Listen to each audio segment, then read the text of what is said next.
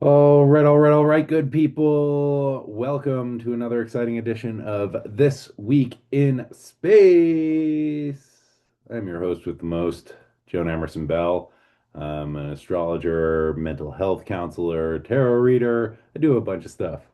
And yeah, I like to show up here every Monday at 11-ish Mountain Time to bring you your astro weather for the week. And this program also comes out on the YouTubes. My channel is Camp Wizard Camp, and as a podcast, if you don't catch the live or you prefer to check it out on your own time, you can find the podcast under This Week in Space with three exclamation points, not to be confused with This Week in Space with zero exclamation points. They don't even have one. Anywho, yeah, like to give you all the breakdown of the astrological weather of the week to give you a little heads up, some things to expect, some patterns to notice, some themes to be aware of, and I don't know. I like to do research. I like to read a lot, and this is a great way to share the information that I'm gathering and synthesizing throughout the week so that the thoughts don't get all moldy in my brain because ain't no one like a moldy thought, I'll tell you what. Just a quick announcement before we begin this week's forecast. Um, I've been doing these dream retreats with Sarah Janes in Greece. I just got back from the Oracle Dream Retreat, which went to Epidavros, Delphi, Ellipsis, and a bunch of other amazing places. And I believe we'll be doing it again in May of 27, and Sarah's already taking deposits for that oracular odyssey, which will be a 10-day journey through the sacred sites of Greece, talking about oracular dreams, mythology, astrology. There's a bunch of other great co-facilitators who are going to be joining on that adventure. So if you're interested or curious, you can go to themysteries.org or follow Sarah Jane's Dreaming on Instagram to get more info and put links to all that stuff in the show notes. Also, I do a sometimes weekly astrology radio show called the Melee Report. I'm hoping to crank one of those out for the summer solstice, which occurred yesterday, and some other transits that we got going on next week. We'll see if that happens, but keep your ear to the ground and your eyes peeled for the Melee Report. Oh, right. That brings us to the astrology of the week. We're talking about this week in space from June the 22nd through June the 28th in the year of our Lord, 2026. So, yesterday was the summer solstice, which is when the sun moves into cardinal Cancer. It is also the longest day of the year and a point of extreme. It is the extreme light when the sun moves as far as it possibly can to the Tropic of Cancer, and then it begins moving back slowly but surely towards that equinox point at the at 1 or 0 degrees of Libra, and that'll be in 3 months. And so this marks the beginning of summer. And also, yeah, this point of the extreme light, and just something to consider as you know everything is seeking balance and harmony and stasis, and the extremes are part of that, but it pulls us all the way in one direction. And then I think that there's a sort of mechanism that seeks to compensate for that and try and pull things back into balance. Just something to track and notice in the self, the maybe sense of extreme as it rises up in you, and what is being called for to bring that back into a sense of harmony and balance. And so, yeah. Just wanted to make mention of that because we didn't get to talk about the summer solstice last week because I took up all the dang time telling the story of Chiron, which is one of my personal favorites. Anywho, let's get to the astrology of the week. Starting off with on Thursday, June the 25th, we have Venus in Leo trining Saturn in Aries.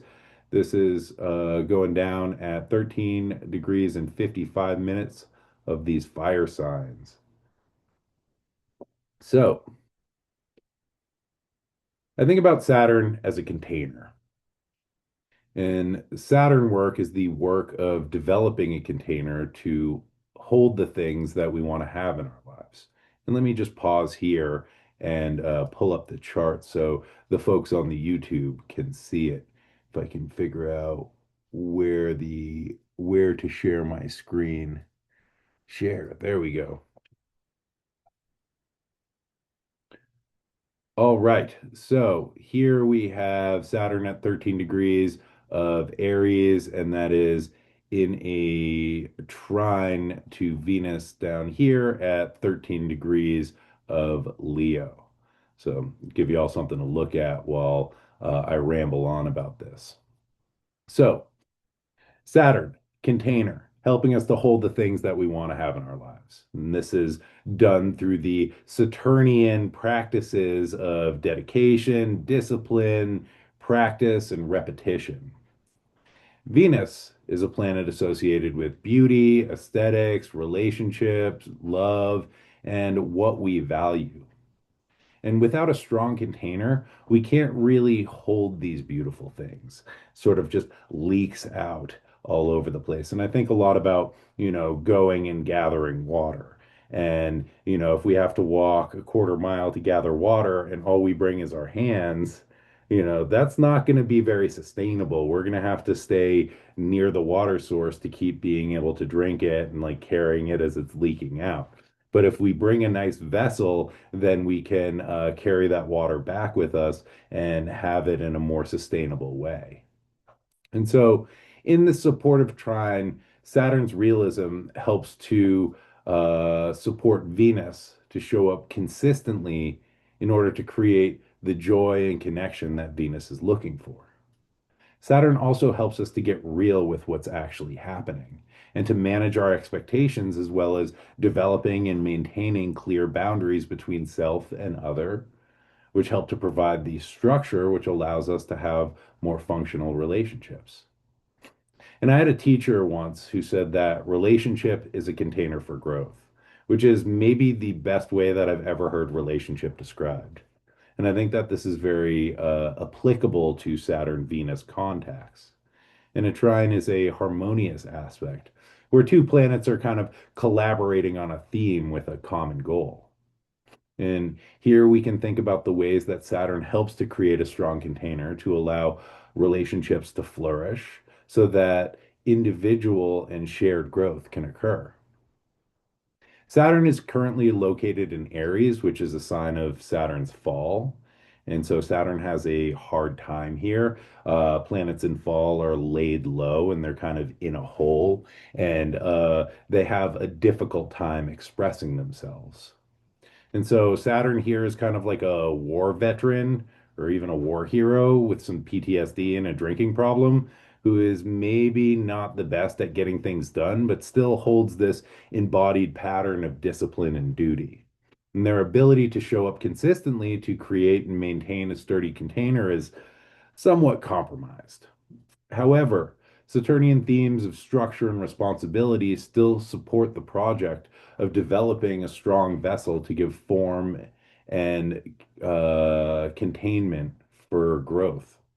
And so, and planets in fall are sort of under-resourced, and the things that come naturally to them kind of work against them. So Saturn being like, you should do this, kind of like makes it harder for us. And so one of the things with a planet that is in disability, like fall or detriment, is we have to get really resourceful about how we access and utilize their skills and abilities. So the normal way of doing Saturn, which might be austerity and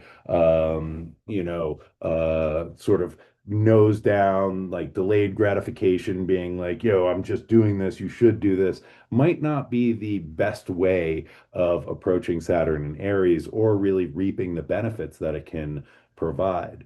We might need to get very creative about how we access and integrate themes of discipline, dedication, commitment, structure, conservation. And so just something to think about. So Venus in Leo is interested in sharing love from the heart and being appreciated for their unique gifts. Venus here wants to be up on stage, like really singing it from the heart, sharing their talents as a expression of generosity and love. And Saturn is kind of a curmudgeon and is into isolation and solitude. Whereas Venus is all about being social and being in connection. And in Leo, Venus is trying to get seen and to be appreciated. And these motivations kind of seem to be at odds, no? But with these planets in trine, they're collaborating to achieve a shared goal. And it's up to each individual what that shared goal might be and how that could look in your life. And so just considering the ways that the desire to share love, to give love, to receive love might be in alignment with Saturnian themes of structure and dedication and commitment. So Venus helps Saturn to kind of lighten up and to try and see the good instead of getting caught up in the shoulds of life. And, with Saturn, we got to watch out not to should all over ourselves. You know what I'm saying? Hey. And Saturn is interested in the long-term goal and can easily forget about the joy that's available in the moment as they're interested in delayed gratification and really focused on planning for the future. Venus is like, we got this one wild and precious life, and I really want to enjoy the shit out of it. But by their forces combined, we can cultivate pleasure without indulgence and enjoyment without losing the plot. Saturn provides a stabilizing factor, which helps Venus to stay the course and reminds us that sometimes delayed gratification can provide more fulfillment in the long run. Saturn also helps Venus to have clarity and practicality. When we get up, when we get kind of caught up in the Venusian, we can drift into fantasy or only see the parts of things that we want to see. And Saturn helps Venus to kind of check that and to stay tethered to reality and to see things for what they truly are and not just what we want them to be. And Saturn can help Venus kind of craft and maintain good boundaries and structures to help provide more fun and joy in the long run. And so next we move to another transit that's happening this Thursday, June the 25th, when we have the Sun in Cancer square Neptune in Aries, and this is going down at 4 degrees and 22 minutes of those cardinal signs. And let me switch my chart around so y'all can see that. Um, so there we go. Moving a little further on in the day to 4:38. That's Mountain Time. And we have the sun over here just having entered Cancer and squaring off with Neptune over here in Aries. So I'd like to hear it go. So the sun represents a cohering principle. The sun is the center of our solar system, and it's what everything kind of orbits around. It is the central principle that holds everything together. And the sun functions much the same way in our psyches. It is the core self, the gravitational center of our being, which operates through authenticity and generative creativity, which seeks to express itself in the world. It's also the ego, which differentiates the self from the other. and holds our psyches together through a sense of personal identity. The ego creates the lens through which we see the world based on our experiences. It's how we construct our world and our personal identity through emotions, senses, stories, and behaviors. This principle holds everything together in the orbit of our psyches.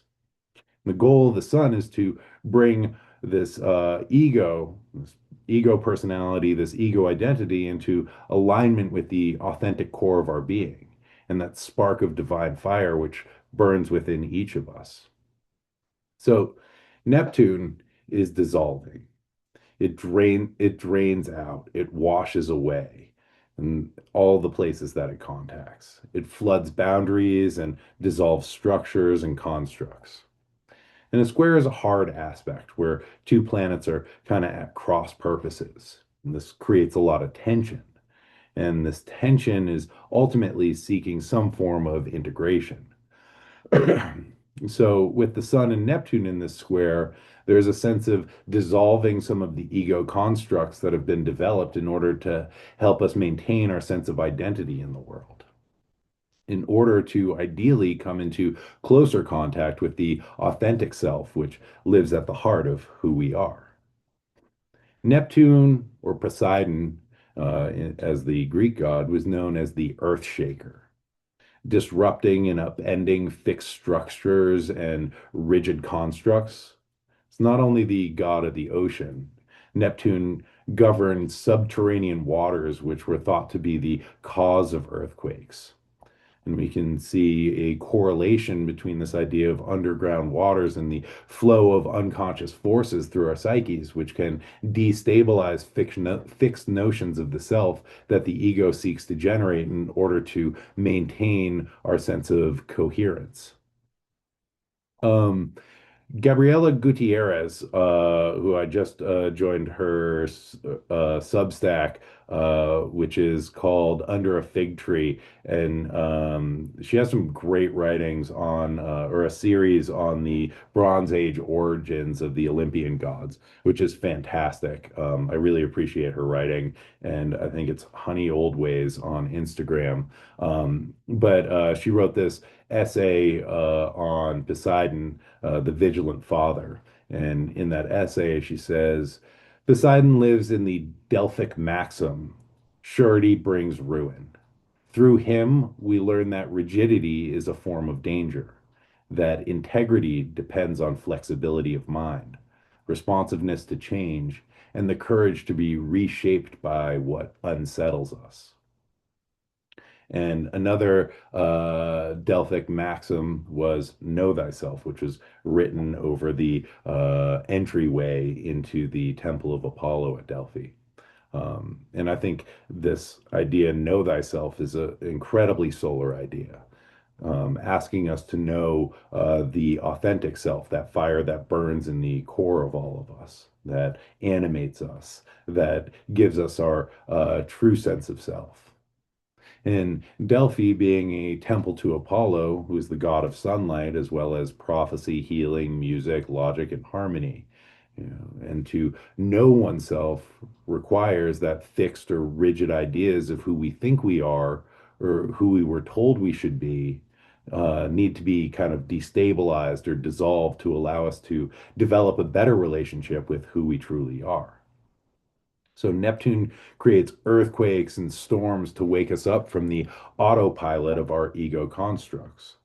And the mind sort of functions through models. We generate these models and then we operate through the kind of models that we have generated through past experiences, which are sort of shortcuts so that we're not needing to take in all of the information of everything all of the time. And this is genius. However, we can get locked in these models of this is how the world is, this is who I am, this is what other people are, this is all I'm good for, this is what I'm supposed to do. All of these sort of constructs that we create as a way to help us navigate through the world also kind of limit our perception of what might be happening and what we might be capable of.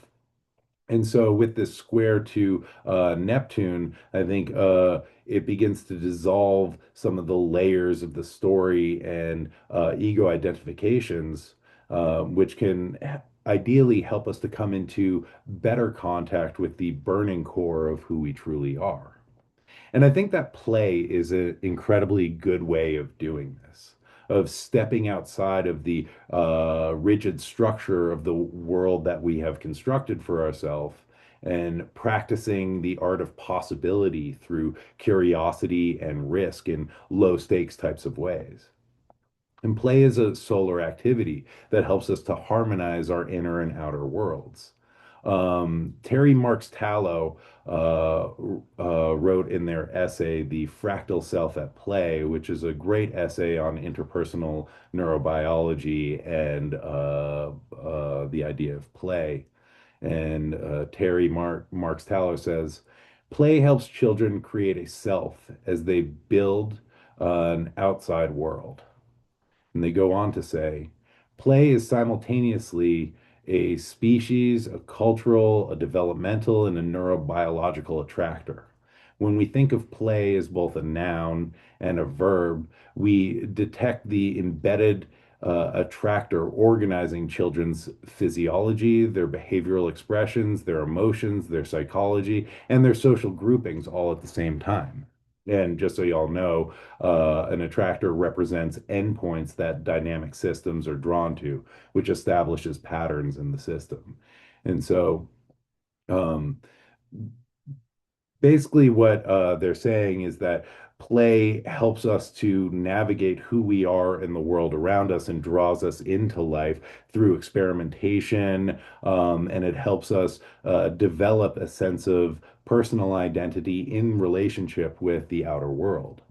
And play is a child's first language. And it draws us into the world and helps us to make sense of ourselves and the world that we are interacting with. Play is how we learn and how we grow into ourselves as children. And hopefully, we never stop learning or growing, even though play gets sort of relegated to like, that's child stuff. Oh, I can't do that. I am a professional. I have a reputation to maintain. However, I think that this square from Neptune to the sun kind of challenges that, as Neptune dissolves these sort of ego constructs that tell us stories like we can't play or I'm responsible, I need to be responsible, I need to like keep up appearances. This idea that play is only for children. And the ego container may separate us from that genuine curiosity and excitement that pulls us simultaneously deeper into ourselves and also out into the world. Um, Liz Greene, in her book Apollo's Chariot, The Meaning of the Astrological Sun, which I'm really enjoying, um, says that a fundamental gift of the playful world of the sun. We are no longer limited. In other words, we are no longer mortal. When we play, we lose our sense of limitation. When we interact in ordinary life, we are always aware of the limits and boundaries. We are reminded of our mortality. So I think that play helps us to recognize and reshape our idea of the limits that we exist within, and that allows us to grow in new directions and to reach for the solar light in new ways. However, there can also be, in the adult, there can also be the fear of losing touch with reality or being swept away and overcome by the imaginal world of Neptune. And the ego fears losing control and losing the plot, which can cause us to retreat into what's known and what's safe. Um, Oh yeah, and Scorpio 6X Astro Mage is saying that Piaget thought play was vital to cognitive function. And I agree with that. I think this is how we figure out the world in a safe way of being able to, invent scenarios, try them out, um, replay them, repeat games, find different outcomes. And this is how we build our models of the world is through play. And I think that there's a lot of neuroplasticity in the art of play. Um, and yeah, if you're interested in Piaget and uh, interpersonal neurobiology and the fractal self at play, I recommend checking out this Terry Marks-Tallow article. Anywho, um, Neptune helps us to dissolve the rigid constructs that keep us separate from the inner light of the authentic creative self. And in alchemy, this was seen as the process of solutio, where a material would be completely dissolved in a bath so that it could be purified. And this is matter returning to the undifferentiated state, the prima materia. When this happens to our ego, this can be rather painful because our ego is this construct that keeps us safe, that keeps us individual, that like gives us a kind of anchor point of who we are in the world. However, when that becomes too rigid, it can prevent growth, and sometimes a dissolving or a softening of that allows us to play into new directions and new ideas and new ways of being. And who we know ourselves to be and the identities that we have created to keep ourselves safe or to make ourselves important and accepted and appreciated get washed away during a solutio process, and this can feel incredibly vulnerable and destabilizing. However, the rigid constructs that the solar ego creates may separate us from who we truly are.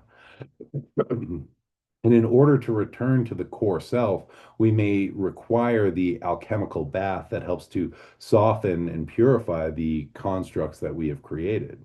And this may involve the old ruling principle becoming destabilizing and dissolving, which can allow for a rejuvenation.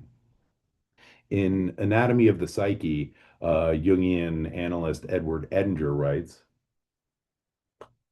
the solutio has a twofold effect. It causes one form to disappear and a new regenerated form to emerge. While the sun represents the individual self, Neptune is the earth shaker, the destabilizer. He rules over tides and storms and forces of nature that are much larger than the individual and can easily swallow up the ego in a wave of belief or identification where we can become lost at sea or swept under or drowned. Edinger continues saying, a group, a school, or a party may also be the dissolving agent. A group collective can easily attract the projections of the self and swallow up the individual who succumbs to it. If one becomes over-identified with a belief system, a collective movement, or a political ideology, they can become swept off course and lose touch with their connection with the core self, which is the navigational device which helps us to skillfully pilot the ship of our lives. And I think of Odysseus seeking to find his way back home and constantly being blown off course by the Neptunian forces that surround and overpower him. And Gabriela Gutierrez says of Poseidon and Neptune, in the Odyssey, he does not merely oppose Odysseus, he tracks him. Each time the hero drifts into sleep, each time vigilance slackens and habit returns, the god sends storms. Poseidon appears not at moments of progress, but at moments of regression. And we have a vision of Neptune operating at cross purposes with the solar hero for the purpose of creating and maintaining change that allows us to move closer to what we aspire towards. In the stages of change model developed by Prochaska and Di Clemente, change occurs over 6 phases: pre-contemplation, contemplation, preparation, action, maintenance, and then relapse, termination, or recycling. And relapse is sort of a charged word. I work in substance abuse, and relapse has sort of been like, we don't want to say that anymore. Recurrence of use or the return to old behaviors is a little bit more accurate because relapse seems like, oh, you fucked up and that's it. Whereas any process of change has a backsliding effect to it, which is part of the growth process. And I think that this is important to remember. However, what we want to do if there is a return to an old behavior is not get locked in it and go back to the beginning. We want to move through the early stages of pre-contemplation, contemplation, preparation, action to get back to that maintenance phase. And so these last two stages, maintenance and relapse or termination or recycling or recurrence, however you want to think about it, this is the place that I see Neptune kind of operating. The maintenance phase occurs once we have made a change and we are working on maintaining and integrating that change into our lives and our personality. And over time, this becomes more and more comfortable. And we may ease up on some of the tools and practices that have made that change possible. We may find ourselves kind of asleep at the wheel in some ways, which can give rise to backsliding and relapse. Relapse is a regression into old habits and behaviors. And so enter Neptune, the earth shaker, who sends storms and obstacles to keep us awake and prevent a sense of complacency that might cause us to regress into old, outdated models or identities, which may threaten the progress we have made towards strengthening our connection with that solar fire that burns in the heart of the core self. At the same time, Neptune helps to dissolve these layers of identity and ego identification that we have created around ourselves that also keep us separate from that solar fire. And recovering addict and alcoholic, and the in that process, the addiction created a false sort of sense of self, a false ego that was very bound up in addiction. And a lot of my recovery process, and I think recovery in general, is allowing that old ego identification, that old sense of self, that false sense of self to be dissolved so that we can migrate closer and closer to who we truly are at the core of ourselves. And that takes maintenance because, old habits die hard and temptation is always around. And it is a constant process of tapping into that sense of authentic self and cultivating it so that we are not pulled off course into the generation of false ego identities or a false self that, lures us into the sirens on the rocks, so to speak. And so, through this square between the Sun and Neptune, we were asked to surrender some of these constructs and identifications so that we can come into a better alignment with that sense of the authentic self. And it's through this solutio process and the instability that Neptune brings that we may gain an awareness of our deeper connection with our inner light and find ways to maintain that connection and cultivate our ability to shine that light into the world. And all this might require surrender and letting go, which is challenging and painful and scary. And it can also set up the conditions for a rebirth and a renewal and a rejuvenation and a deeper connection with who we truly are. All right. So that brings us to the last transit of the week, Saturday, June the 27th. And we have Mars in Taurus, sextile Jupiter in Cancer at 29 degrees and 33 arc minutes. And let me pull that up on the chart. All right. So over hither, we got Jupiter over here at the anaretic degree of Cancer. Jupiter will be entering into Leo, I believe, next week. And then we have Mars right here at the very edge of fixed Taurus. So, like I was saying, on Saturday, we have this supportive aspect, a sextile between Jupiter, who is nearing the end of their tenure in the sign of their exaltation, Cancer, and then Mars, who will leave Taurus, which is a sign of their detriment, the following day. And we'll talk about that in a moment. And so this is a anaretic aspect. The 29th degree of a sign is known as the anaretic degree and is somewhat fraught.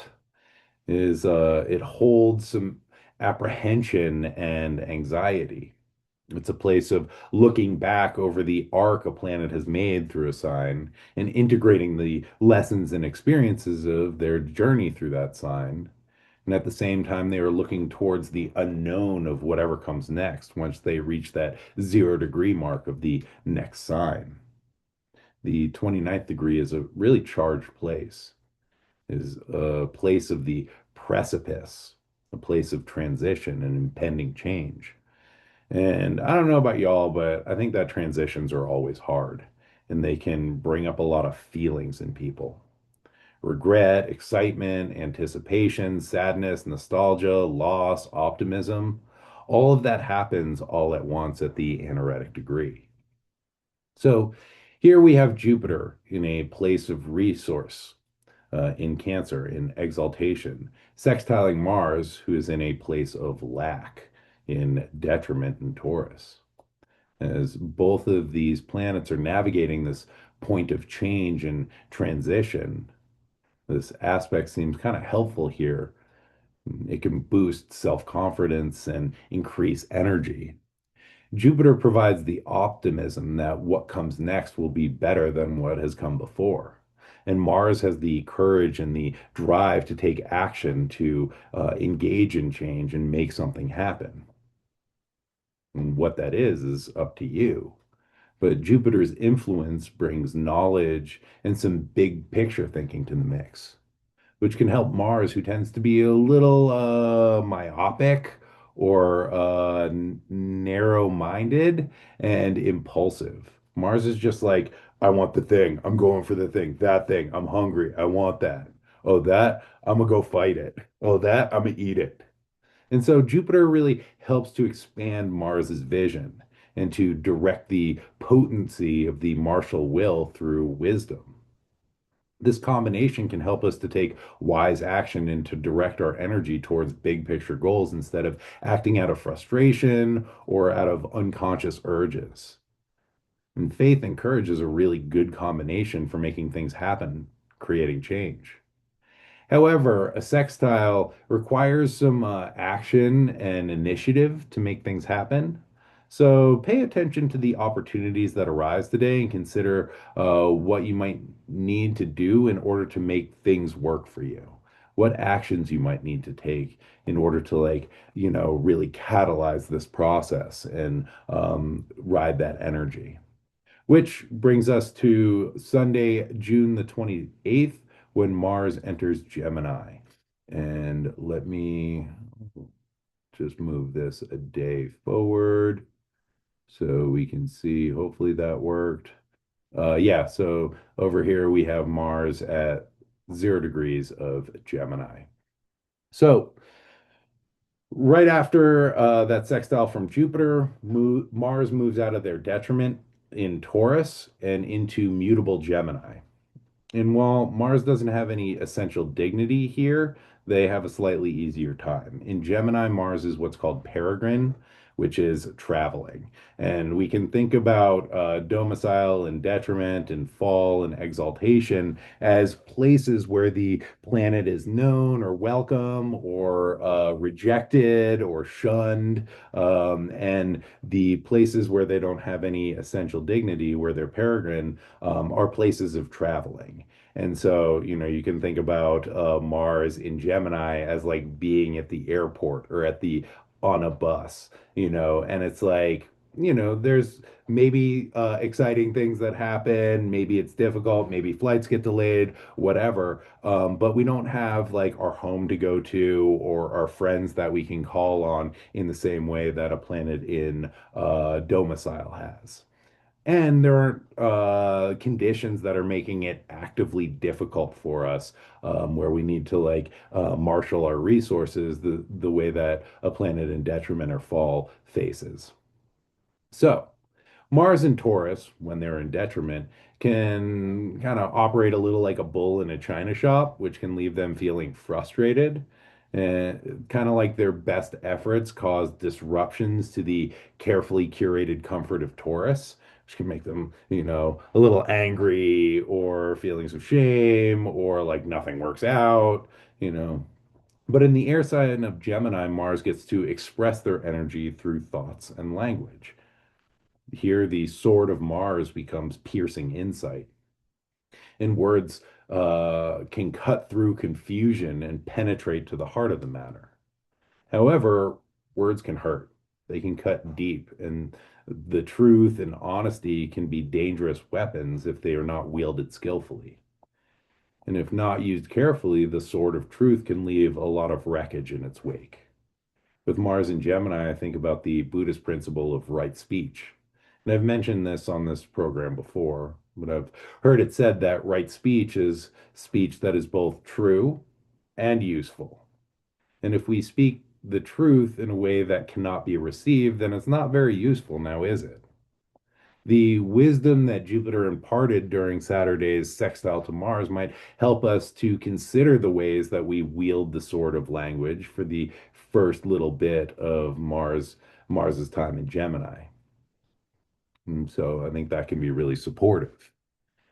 And Gemini is also about taking things apart to understand how they operate and dividing experience into different categories to gain a better understanding of their inner workings. Here, the sword of Mars is used to separate and divide things out, to better recognize the polarities and the components that make up the whole.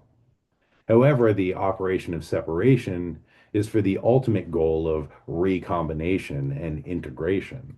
And if Mars gets kind of lost in the compulsion to just like cut things apart, they may forget the importance of being able to put things back together again. So we want to watch out for cutting things to smithereens where concepts, ideas, and experiences become utterly meaningless. And Gemini has a quality of curiosity about it.